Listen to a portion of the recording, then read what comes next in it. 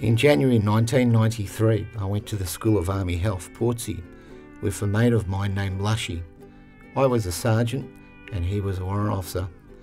Portsea was picturesque with beautiful Victorian buildings with ocean views. We thought it was paradise. All I could think was, yes, fishing.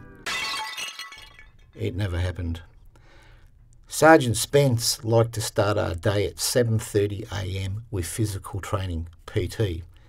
His favourite Monday activity was to get us to run up and down the steepest 1 kilometre scramble track I had ever seen. Lushy would get us on parade for inspection at 9 a.m. His nemesis was the Regimental Sergeant Major, RSM. We nicknamed him Wingnut because his ears stuck out and flapped in the wind. Our job was teaching soldiers to be medics. In civilian terms, a mixture of first aider, nurse with a dash of ambulance officer thrown in.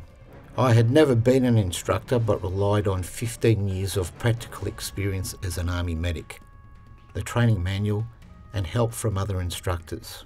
I not only had to adjust to a new army role, but also a new role in my personal life as a first-time father.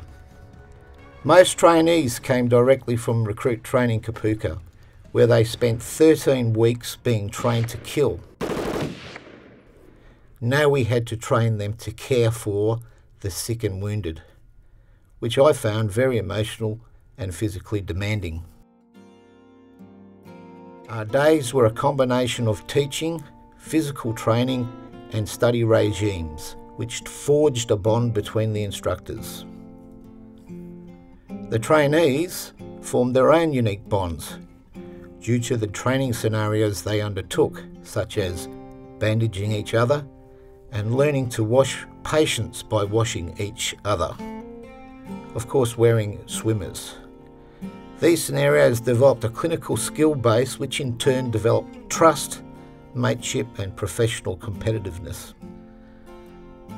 After 20 years in the medical corps, I decided that now was the time to focus on family.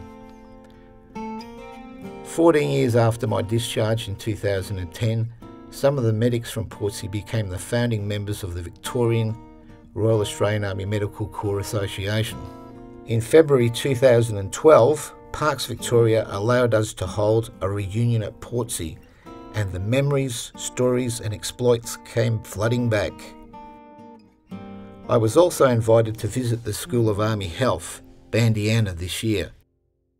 Although the role of the medic and instructor has evolved in line with today's TAFE courses, the mateship and esprit de corps was still alive and well. As I look back on my time at Portsea, I feel privileged to have trained those medics, some of whom are still in the Army and instructing medics today.